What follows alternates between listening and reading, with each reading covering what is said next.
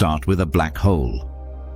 Double the diameter and the information you can store inside doesn't grow 8-fold, like volume would. It grows 4-fold, like area. The entropy, the measure of how many microscopic states a black hole could secretly have, scales with the surface of its event horizon, not with the space inside.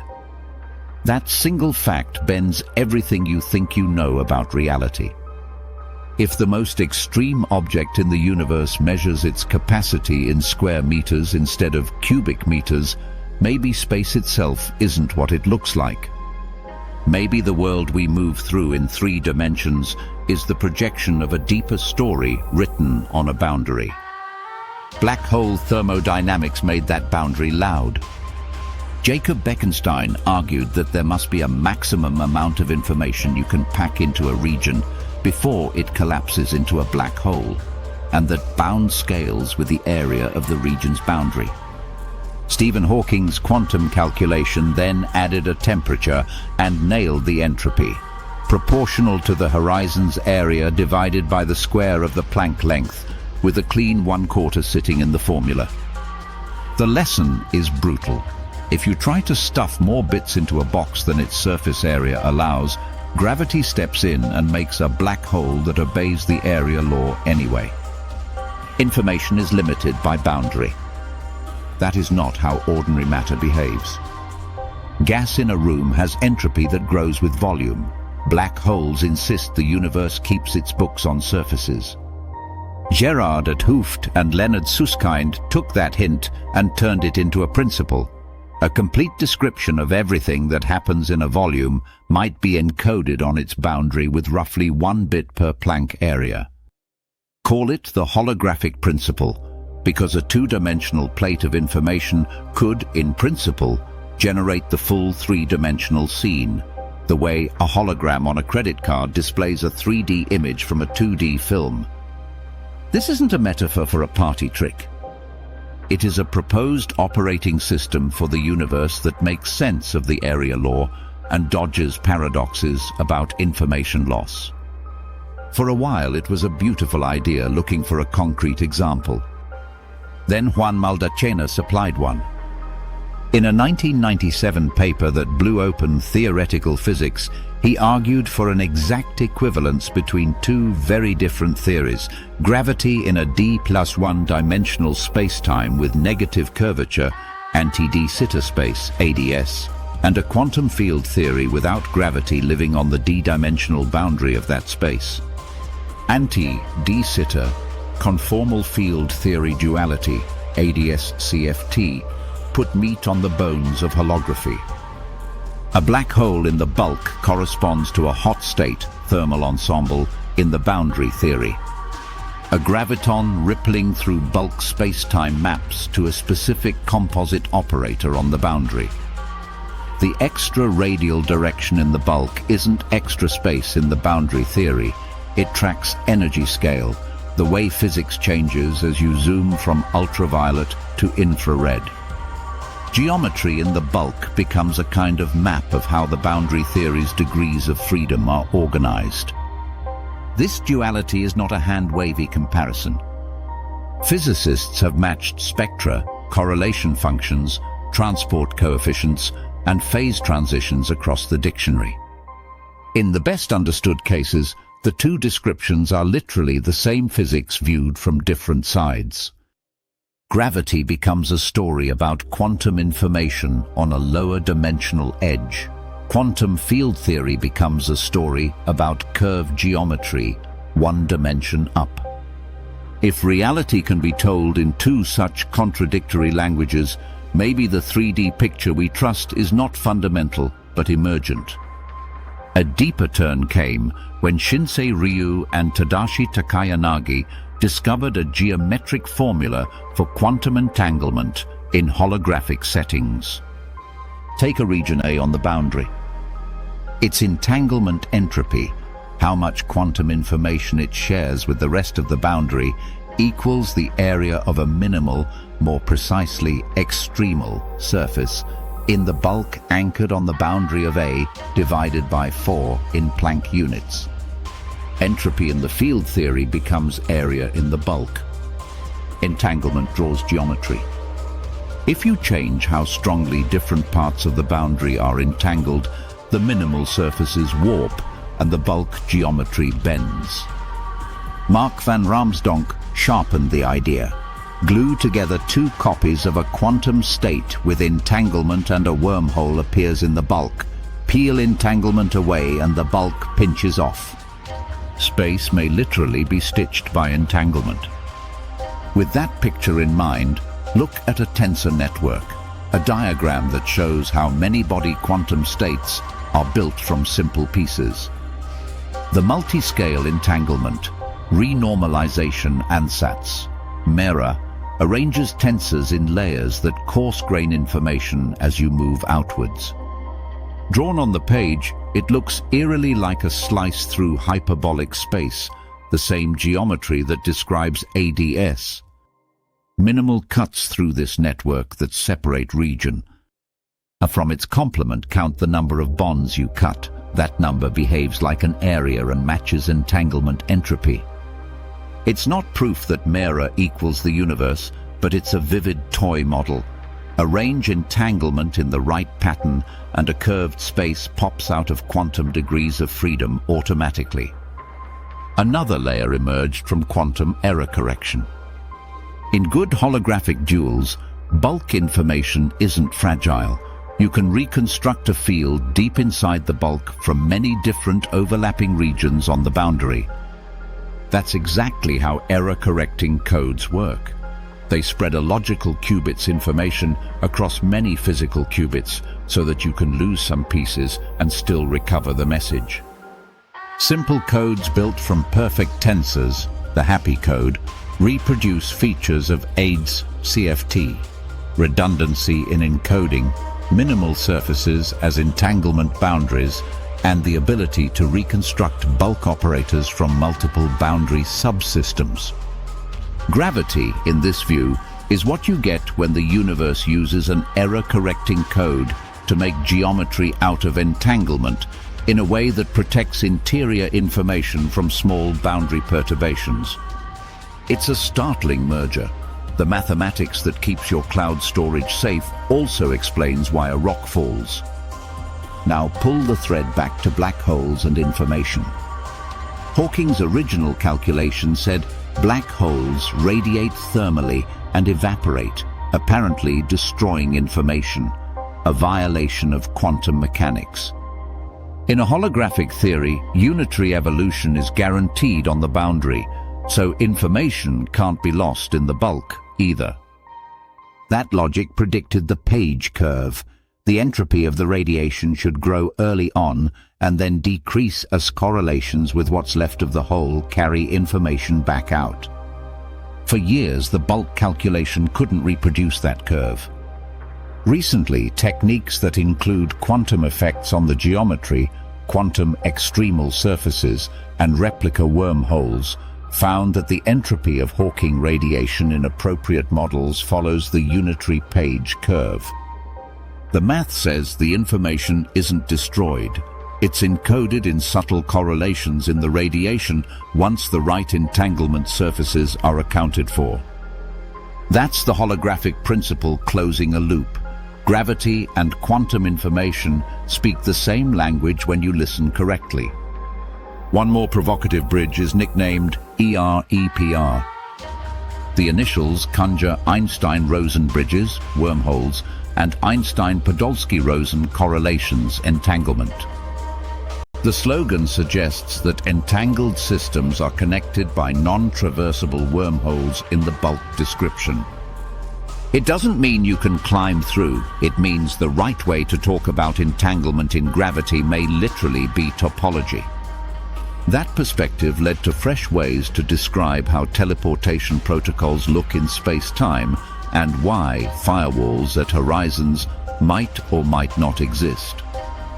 The debate about whether an infalling observer meets drama at the horizon, AMP's firewall argument, prodded the community to clarify which assumptions can be simultaneously true. Holography gives a controlled arena to test those assumptions rather than arguing in cartoons. So far, the most explicit holographic dualities live in anti-de Sitter space, not in the accelerating, approximately de Sitter universe we inhabit. That's a fair objection.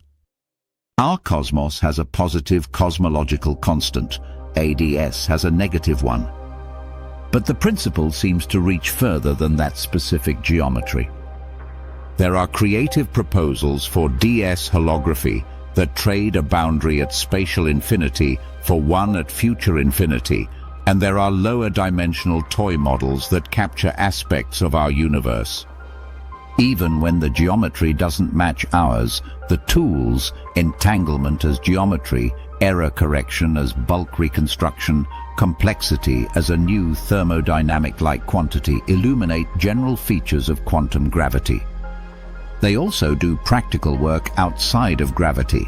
Strongly coupled quantum systems in condensed matter and nuclear physics can be modeled as mild bulk gravities, where calculations are easier, leading to predictions for transport properties that laboratory experiments can check. That is one of the quiet wins of holography. Quantum chromodynamics, QCD, at the temperatures of heavy ion collisions creates a quark-gluon plasma whose shear viscosity to entropy density ratio is strikingly low.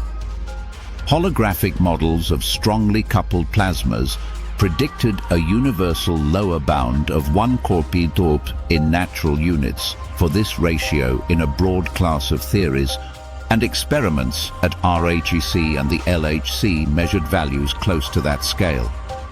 Holography doesn't replace QCD, but it offers a calculational crutch where traditional perturbation theory fails.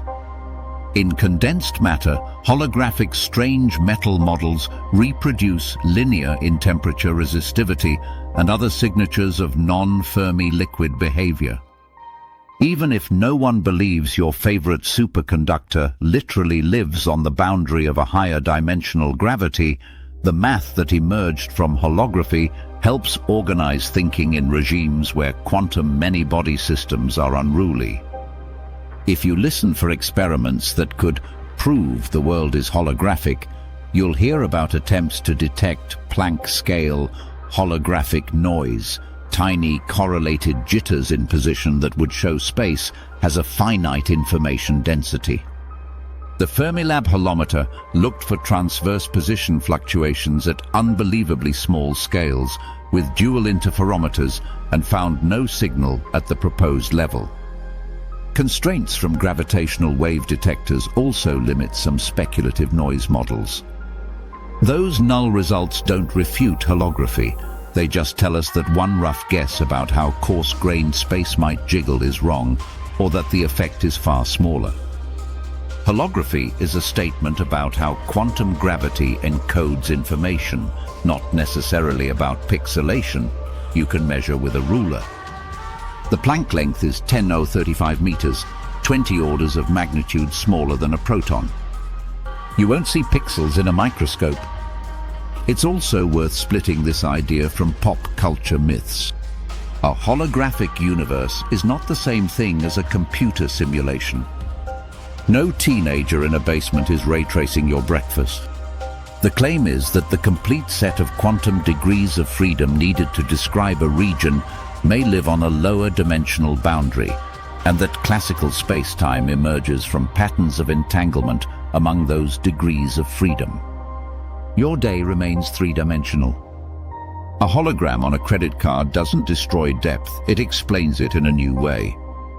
The information-theoretic viewpoint carries practical consequences. The Bekenstein bound limits how much information a finite region of space can hold for a given energy and size. In a lab, you will never reach that limit. Gravity wins first. But the bound anchors ultimate limits on computation and storage. A black hole is the densest possible hard drive consistent with quantum gravity. It's also unreadable by conventional means, which is why the information paradox is so tantalizing. Landauer's principle, which says erasing a bit costs a minimum amount of energy and generates heat, dovetails with Bekenstein's ideas at the threshold where gravity matters. At cosmic scales, thermodynamics, information and geometry become one subject. Holography even suggests new thermodynamic variables for spacetime. Proposals like complexity equals volume or complexity equals action link the growth of the Einstein-Rosen bridge inside a black hole to the computational complexity of the dual boundary state. As a black hole interior grows for a long time, the minimal surfaces that compute entanglement saturate, but the wormhole volume keeps increasing. In the dual picture, the boundary state's minimal quantum circuit to prepare it from a reference state becomes longer. Those ideas are speculative, but they point to a tantalizing notion. Perhaps the arrow of time inside certain spacetimes is the arrow of increasing computational complexity. The best stories in physics don't just solve problems, they reframe them. Holography turns what is space into how is entanglement arranged. It turns where is the interior of a black hole into which error-correcting code protects which logical qubits. It turns why is gravity special into why do some quantum systems admit a geometric dual. This reframing has already paid off in the hardest corner of theoretical physics. Black hole information is no longer a wall to bang your head against, but a working lab where unitarity, geometry and entanglement are all on the bench at once. None of this erases open questions. How do you do precise holography in de Sitter space, the geometry closest to our universe's expansion? What does holography say about the initial conditions of the Big Bang, when the rules of both quantum mechanics and gravity were pushed to extremes? How does the dictionary change when you go beyond the simplest large N, strongly coupled boundary theories? Can we make contact with observables in cosmology, patterns in the cosmic microwave background, statistics of primordial fluctuations, in a way that tests holographic ideas without importing unjustified assumptions? These are active frontiers, not sermon conclusions. There is also a human-shaped caution. Elegant mathematics and deep principles can seduce you into thinking a beautiful story must be true everywhere. Physics is full of cases where the right principle had a smaller domain than we hoped. The holographic principle has earned its status by solving real puzzles and by connecting fields that used to stare at each other across a chasm. Keeping it honest will require more than metaphors. Concrete calculations, new dualities, and wherever possible, confrontation with data, even if the data lives in a heavy ion collision or a tabletop quantum simulator that mimics a boundary field theory. A surprisingly grounded payoff of thinking this way shows up in quantum technologies. The same error-correcting codes that model bulk reconstruction protect quantum computers from noise.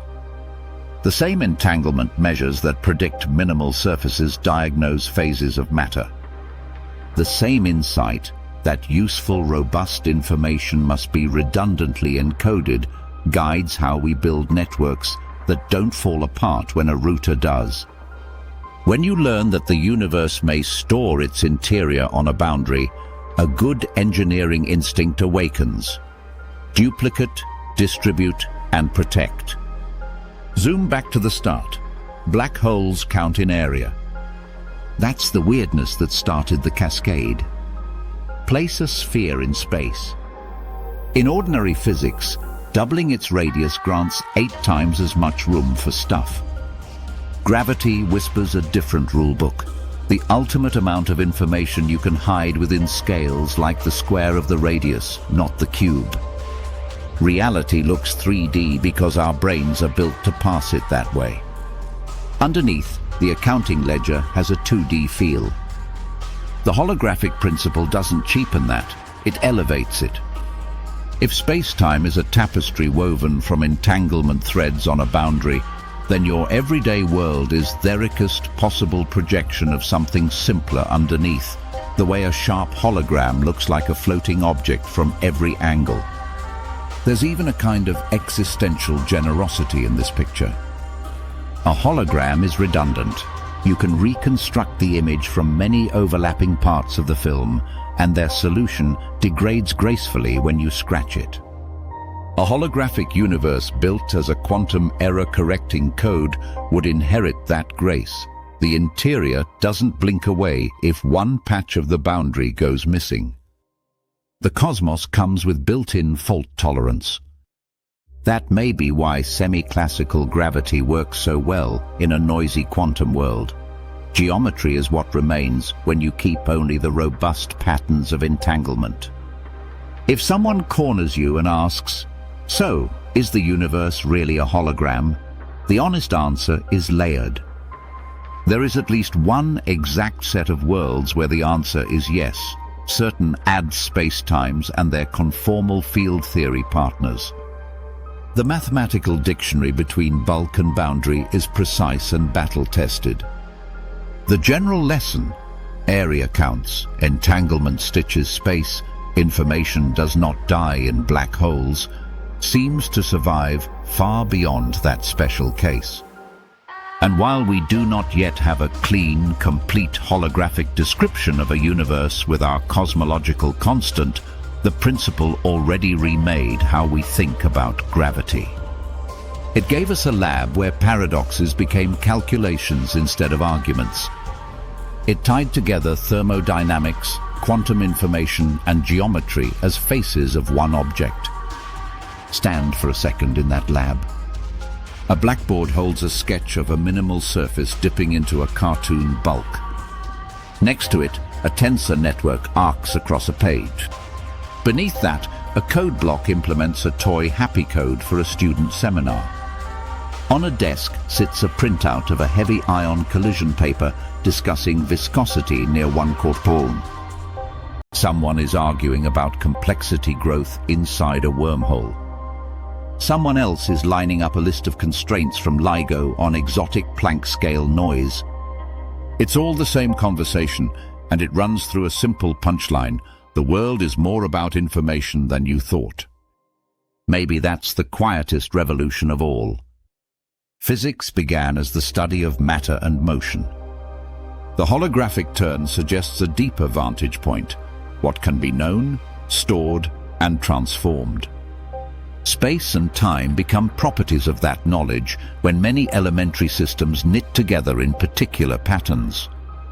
Gravity becomes the gentle bookkeeping that keeps that knitting consistent at large scales. And your experience, objects you can hold, distances you can measure, nights you can count, remains gloriously three-dimensional because the most efficient way to display a complicated message is often to project it in full. The next time you see an image of a black hole, an orange donut from a global radio telescope stitched from dishes around Earth, remember the hidden caption under the picture. The brightness pattern you see traces magnetic fields, plasma, and gravity at work. Underneath that, a quieter law still. The horizon's information content scales with its area. Somewhere, in a language of operators on a boundary you cannot visit, the same story can be told without ever drawing a circle in the middle. Two voices, one song. A universe that might be two-dimensional at heart and three-dimensional in the way it sings.